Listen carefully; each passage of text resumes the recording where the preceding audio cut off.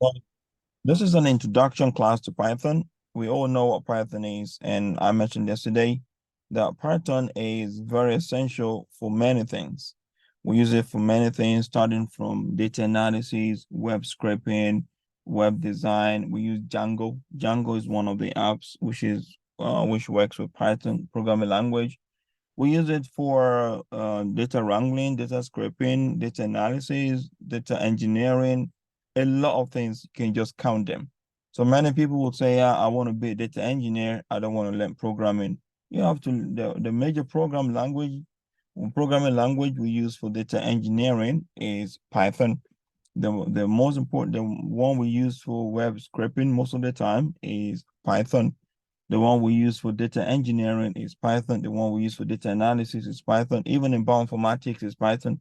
So we use R in some instances, but Python is so powerful that it's capable of doing many of these things very efficiently well. So this is why we want to introduce you more into Python. So what is Python itself? Python is a popular programming language and it was being created by Gordon van Rossum. So Gordon van Rossum released his program in 1991. Imagine 1991, we have people here who are already almost 6 years old. We have some who maybe maybe five. We have some who are even up to 10 years old. So imagine if since then you've started learning programming in Python. Imagine what you will have become today. So, but it's not too late for everybody. We can all start even with the old age.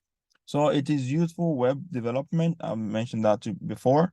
It is useful software development. You want to develop a software to solve a specific problem, you can use Python.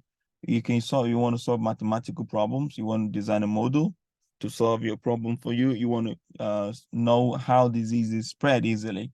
So I was teaching some grade 4 students last year. I was teaching them programming. So I taught them how to make a model. So we designed a model to know how disease spread. So we designed a model with one sick person. It will make that one sick person to work in the midst of like 20 healthy people. So we saw the time it took for these healthy people to get infected by this one sick person. And within 10, 20 seconds, they all got infected. So now we did a model again. We said, okay, you know what? Now we want to give it the mask. So we give the mask to the sick person, and you would not believe it took more than 20 minutes to have only 2 people infected. So then we did another one. We put all of the people with the mask and we put the sick person with the mask. And it was very, very difficult to get one person infected. So this is how the scientists work on model. They would say, we did a model, we tested this, we tested that. So this is exactly what they do. And what do we use for all these things? Is Python. So this is why it's very important for you to learn Python. So it's also used for system scripting. You want to write script on your system, or you want to write some script, you want to write some things on the terminal, is also Python we usually use. So another thing about Python is what can you do? Python can be used on a server to create a web application. I mentioned that to you before. So you can use Python on a server if you want to create a web application. You can have an application on your web whereby it's going to collect live data. And there was a time during the COVID-19 time, there was a student, a young boy, who developed the website. And on that website, everyone usually upload the data. The latest data will be uploaded on that boy's website. So this is the website that even the United States Health, what they call NHS or NHI. This is a website they actually use for all the data and all the information. It was developed by a boy who was less than 17. So this is because he's been used to playing, having fun with his programming language. It was very easy for him to develop a lot of things, and he made a lot of money. He made a lot of money from all of these things. So Python can be used as a server to create a web application. Python can be used alongside software to create workflows. So you can use Python to create workflows. What do we mean by workflows? Like, for example, you can have a software that you would connect with your app. Let's say you have an app let's say you have an app that tells you when people log into your website. So you can use Python to help you collect the number of people that log in at a point in time, and it's going to keep all this data for you. What you just have to do at the end of the day, go to your backend and see how many people, and you can analyze the data. So Python can connect to database system. It can also read and modify files. If you know very well, we have something we call SQL. MySQL or SQL is a language we use with databases. So we can also use Python. We can connect Python with these databases and use Python to analyze the data from the database. Can you imagine this? We can use Python to analyze the data right in the database without even downloading anything, without scripting anything. So this is the way we use Python. So Python can also be used to handle big data. Big data, people who are medical doctors will know what big data is. Big data could have 1 million rows and 1 million columns. It could have 1 million rows and 1 million columns. Big data, sometimes I download the data of Vibro Cholerae one day. I downloaded the data of Vibro Cholerae on my laptop. I could not see the end. I scrolled for 1 hour. It was continual. It was still scrolling. I didn't see the end. It's just a CGTA, just a code. The lines of code and just CGTA until then I just stopped down. I stopped scrolling it. So this is an example of a big data. So we have a lot of these big data in biological sciences. Python can also be used for rapid prototyping or for production ready software development. So you can use Python for prototyping. You can also use for production ready software development. So sometimes some software you just have to update it. So we usually use Python for all of these things very, very well. So we can also have many more things which we've not written here, which we use Python for. So why do we choose Python among all the programming languages we have? We have many programming languages. We have JavaScript, we have C#, we have C++, we have we have C++, we have SQL, we have R, we have many programming language, Julia. So why do we choose Python? So Python works on different platforms. This is one of the most important things. Python can work with Windows, it works with Mac, it works with Linux, which is used for biological data analysis. It works with Raspberry Pi. All of these things is going to work effectively with Python. Python has a very simple syntax. Like I mentioned yesterday, it's just like you write in English. You're writing programming in Python, it's just like you type in English language, you're saying something. Like I said, print something, it prints it. Do this, it does it. Print my name, it prints my name. So this is easy. Everyone can think about it and can be able to do something. So Python has syntax that allows developers to write programs with fewer lines than some other programming languages. The program I'm going to write in Python, if I write the same program in JavaScript, you would almost run away. JavaScript is going to use the curly braces and it's going to make you go crazy. Instead of you having indentation, no indentation in JavaScript. You just have to use curly braces. Sometimes the curly braces are so many that you get confused. You find a lot of bugs in it. So JavaScript, you have to be using a semicolon. You have to use colon in different places, in different ways. Before you know, it's confusing. But Python, you don't need to use all of these things. Just write the programming language and just put it in the right place and it's going to run. So this is why we continue to say Python is a very strong programming language. So another one is Python runs on an interpreter system, meaning that the code can be executed as soon as it's been written. You don't have to wait. Once you write the code, you can execute it. So, and Python can be treated as a procedural way.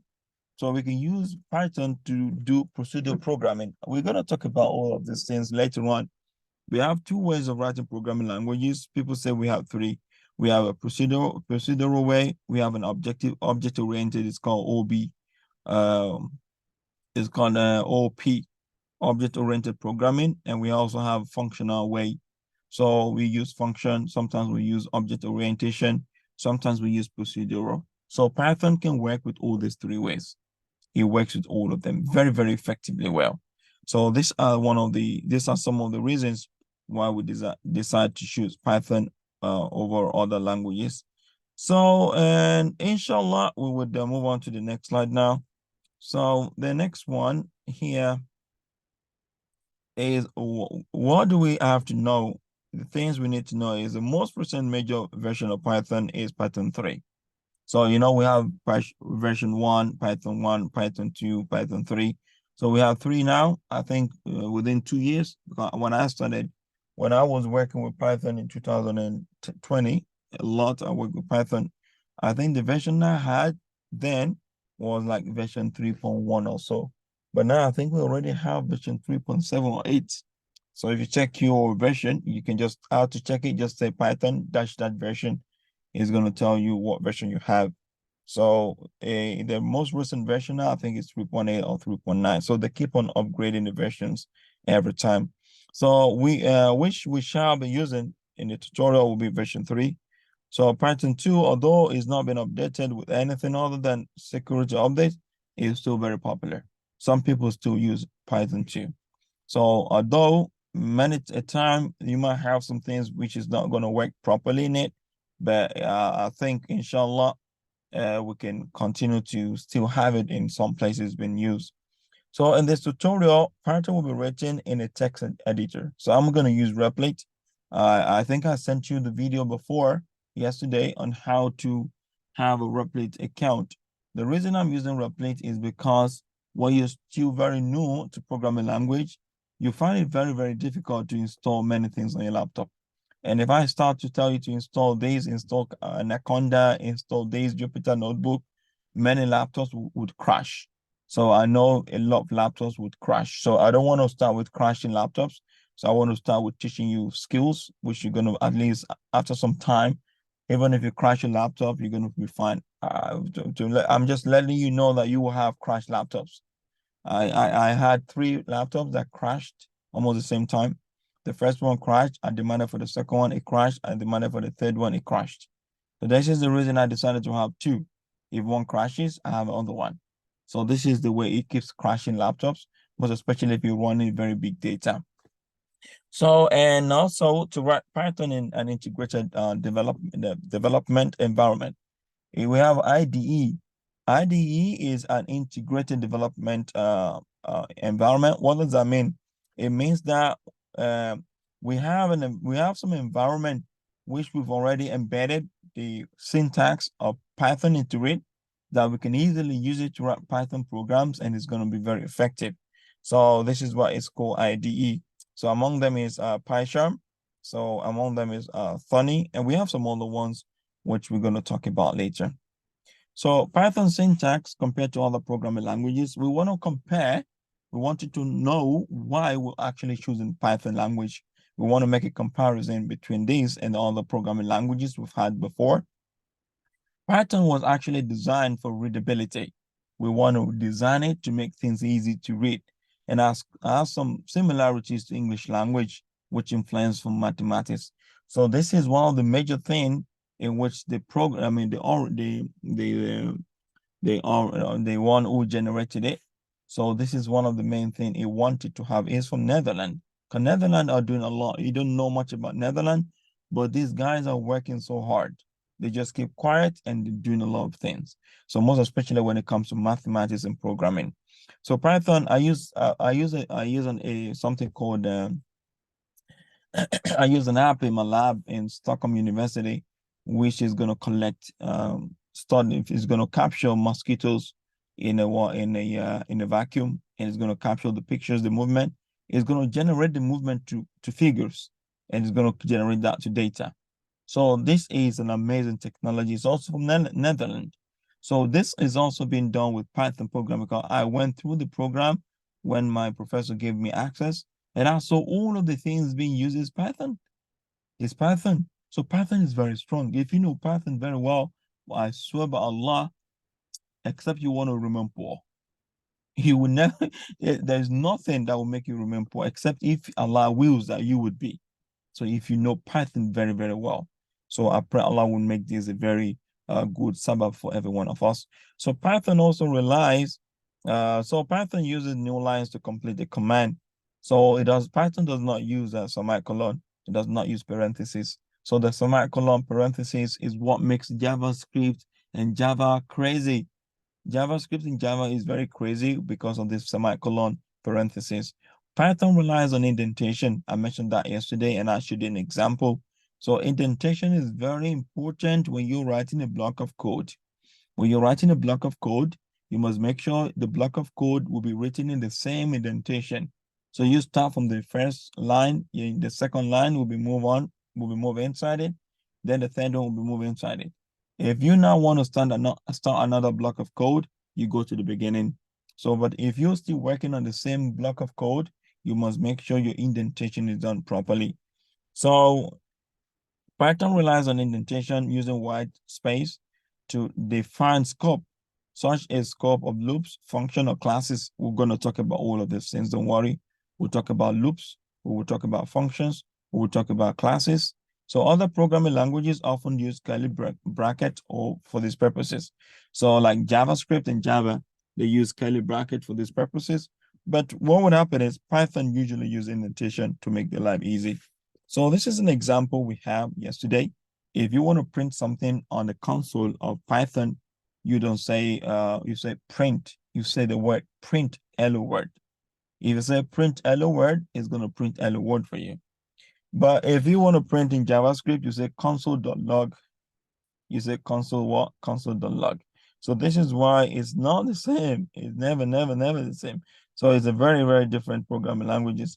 So console.log is what you usually use in is what we usually use in JavaScript to run programs. But inshallah, we would give more examples about this when it's time to start writing the code with Allah. So the next one, this is the end of this slide. So this is the end of the introduction, which we have. So I would open my, I would open the slide we had yesterday from where we stopped. So we would continue from there today so that we can finish up before 9 o'clock.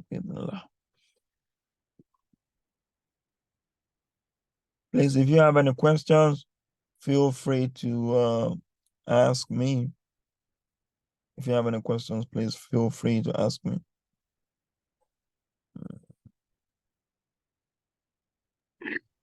السلام عليكم ورحمة الله. وعليكم السلام ورحمة الله شيخ عمر كيف حالك؟ Here was a question. حياكم الله.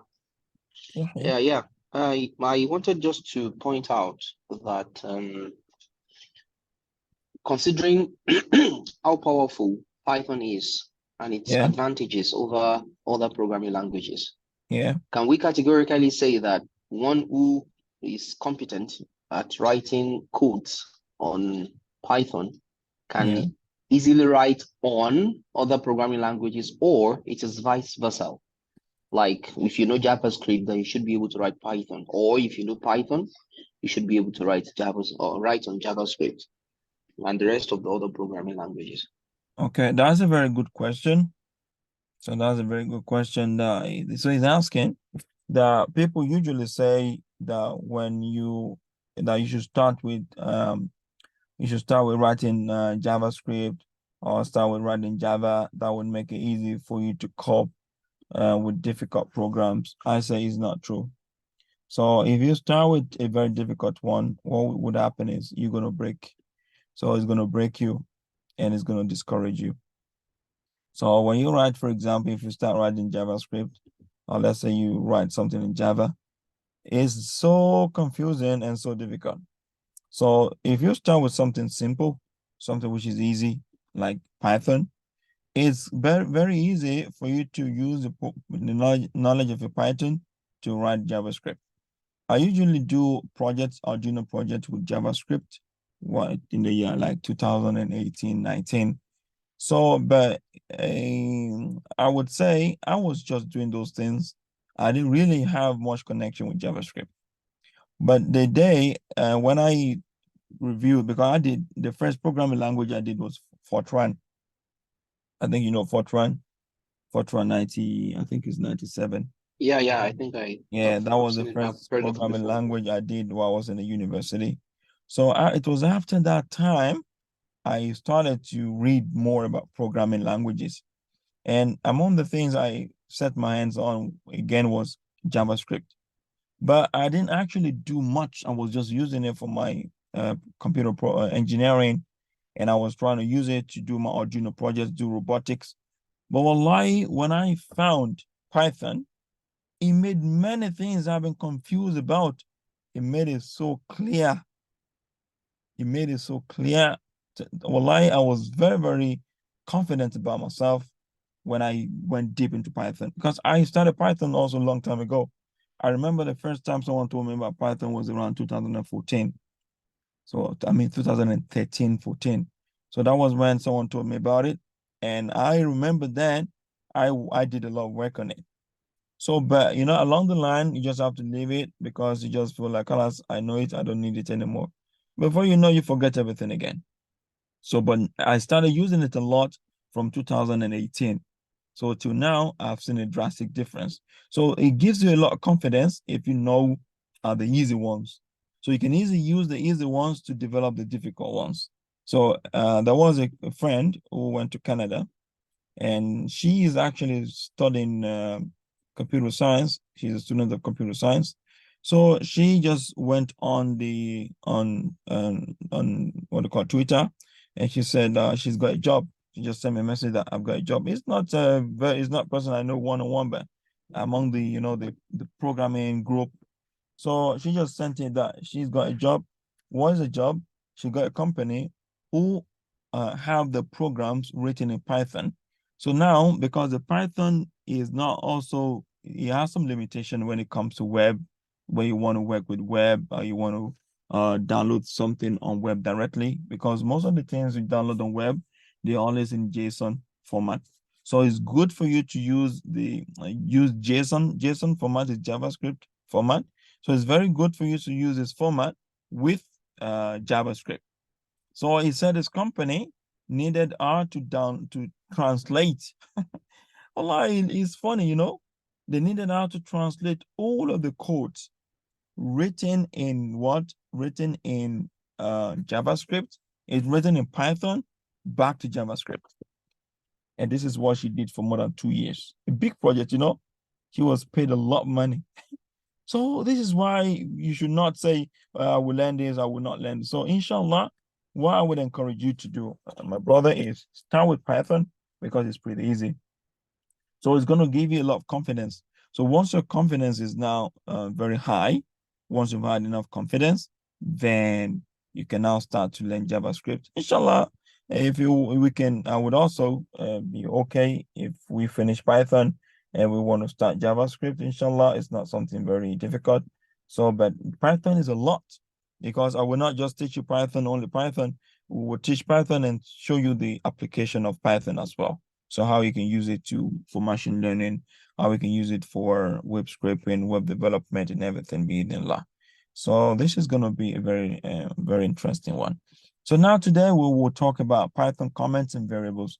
Yesterday we talked about variable a little bit, but today we would add more. We will lay more emphasis on the commenting and the variables. So let's talk about the commenting first. Yesterday you would see I commented something out which would not show. So comment can be used to explain Python code. So when you're writing a code and you want to explain something which you did, for example, among the ways I write my program, among the very good way I write my code is when I write a code, I used to write a comment underneath my code to explain what my code is doing. If you go to I can share my LinkedIn page with you. I usually write some codes for my biological problems, and I would always comment about what this code is meant to do. So this is what we call comment. So it's a very good way to write your programs, because you can write some codes today, and 10 years time you just came across the code again, you've forgotten what to use the code for. But if you've commented underneath it, you will remember what the code was meant for, and someone else can even lay their hands on your laptop and it will continue from where you stopped. So comments can be used to make code more readable. Comments can be used to prevent execution when testing a code. So when you're testing the code, you can use comment to prevent execution of something. I will show you how you do it now. So this is how to create a comment. So comment starts with a hash key. So a Python will ignore it. Once the Python sees the hash key, it ignores ignores whatever is written after it. So you said this is a comment, print hello word. So it's gonna print you the hello word without printing the comment. So comments can be placed in the end of a line, and Python would ignore the rest of the line.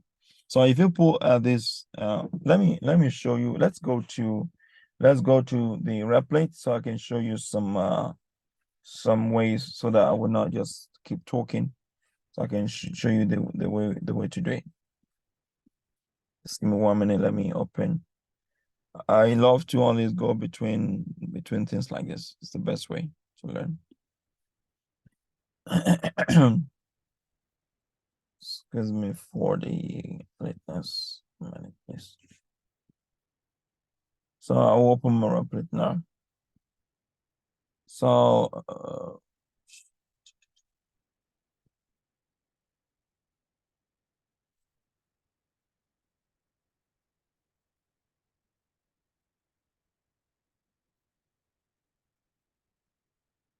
so I've opened my so this is example of what we did a little bit yesterday. Is it what we did together? No, I think this is the project I did myself. So now let's say for example, we want to print something. Let's say I want to print, this is how you print something. You print hello world. Yesterday, I told the people that we can easily print keywords. So if I run it now, it's going to print a lot of things. So it says 10 John Smith. So there are some things here which is not going to make us find things easy, because there are codes here which is called input code. So I'll comment them out now and you would see. So I'll comment this. I'll write hash before it. So this is called commenting. Can you see how it's doing it? It's actually collapsing it. So it's making it to not be functional. So the Python when you run it, it's not going to see it. So now I can comment everything out and it's not going to see anything. If I comment all of this out, it's only going to print what I'm about to print, which is the new codes I want to print. It's not going to see the rest. So I'm commenting everything out. So now I want to print hello world, and I would run my code now. So it's not running now because it wants me to say something, but I won't talk about that today because it's going to be really complex for you. So now I print the hello word. So it print my hello word. So let me comment on this too. Comment on this. Comment out everything so that it will not print anything except my new codes. So now, once you comment out like this, you can keep your code and you can also use the console without getting any disruption. So I said print hello word is going to print only hello word. So if I want to print something which is number, I will say print 4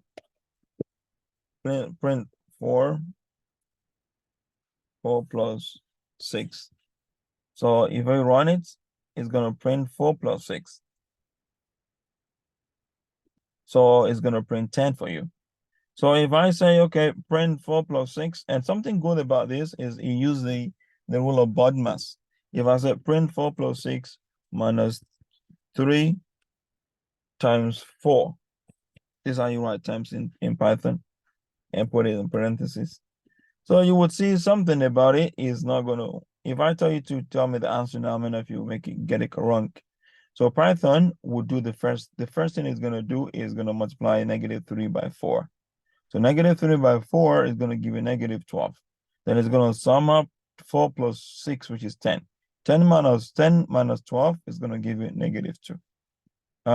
But if you want to do it yourself, you say 4 plus 6, 10, minus 3, 7, plus 4. That's going to give you what? 11. So you get it wrong. So, but Python will automatically do the things the way it's supposed to be done. So this is it. So we've talked about commenting out. We've talked about how to use Python as a calculator. So yesterday we talked about indentation. Let me show you how the indentation works. If name, the first thing I will say, name equals Umar. Let's see if it's gonna work like this. Name equals to Umar. Sometimes we play with you. Sometimes we have fun, Yahi. Don't worry yourself. As much fun as you can have a programming habit, it's not going to break anything, you know? So if name is equals Umar, if name equals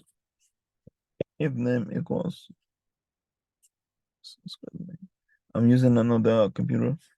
If name equals Umar, there is a problem. This guy is crazy. He did everything for me. So I said if name equals Umar,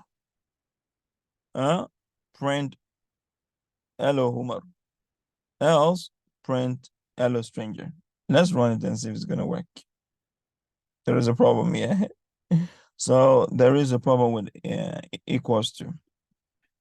So it doesn't know, it does not understand equals to. Let's say is. It does not understand that. So it is having a problem with this. So we don't usually use this way to so we usually let's use a number. So let's say if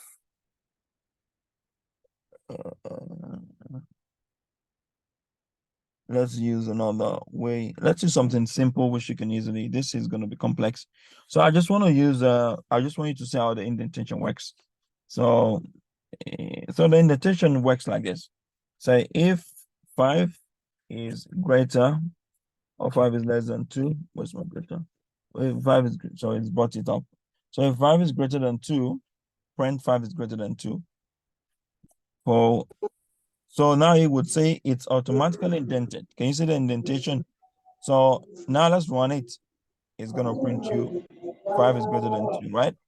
Now, let's say, for example, I remove this indentation and I put it here, or I put it down and it's on the same line. I want you to listen there and watch very well. If I run it, what would happen is it's gonna yell at me. It's gonna shout and tell me, please mute yourself. So it's gonna yell at me, it's gonna shout. So now I can see it's yelling already, saying there is a problem. So why? Because it needs me to get this place indented. So this is what we call indentation, because this is connected to the first one. So if it's connected to the first one, you cannot write both of them on the same line. So if 5 is greater than 2, I need to give this an indentation. So this way. So if I run it now, it's gonna be fine. So if I want to write again on the same line as if, it's gonna be something that will be different from the first block of code. I can say else, what should it do? Print, okay, mashallah, it's told me what to print. Else print 5 is not greater than 2. So let me change this. Let me change this and say 5 is less. Let me use less. So I will run it now and I will see what's going to happen. So now it says 5 is not greater than 2. So this you can say, because I wanted to write another block of code. I wrote a block of code before, and that's why I stopped here and I went to another line. So when I wanted to write another block of code, I started from the same line again. So this is how I don't have a problem. But if I decide to put this on the same line as else, it's going to yell at me. So, Abu Jalil, Abu Salam, any questions? Continue, sir. Sorry. So I wanted to ask that I don't know that I was already minimized the picture, so I couldn't see it very well. Okay, now it's clear. Thank you, sir. Okay, you're welcome. So now you can see it's already what it's now having it. So when you try to run this, it's gonna yell at you. It's gonna say, no, you're not putting indentation properly. So indentation is the most important thing in Python programming. Other programming languages do not care about indentation. They usually use the curly braces to correct all those things. But Python is very, very careful with indentation.